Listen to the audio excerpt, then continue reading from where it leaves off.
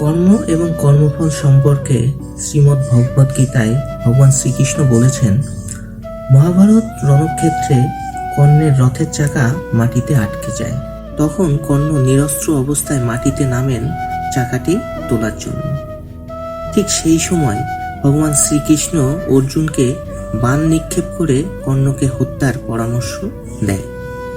অর্জুন তৎক্ষণাৎ বাণ নিক্ষেপ করে কর্ণকে ক্ষতবিক্ষত করেন। এ সময় কর্ণ মাটিতে লুটিয়ে পড়ে। ঠিক সেই সময় কর্ণ ভগবান শ্রীকৃষ্ণের উদ্দেশ্যে বলেন, এই তুমি ভগবান, এই তোমার ন্যায় বিচার। একজন নিরস্ত্রকে তুমি কিভাবে হত্যার পরামর্শ দাও?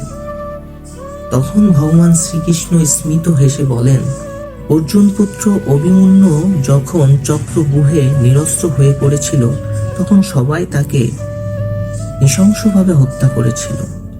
তখন তুমিও সেখানে ছিলে। তুমি চাইলেই তার প্রাণ রক্ষা করতে পারতে। তখন কোথায় ছিল তোমার এই ধর্মজ্ঞান?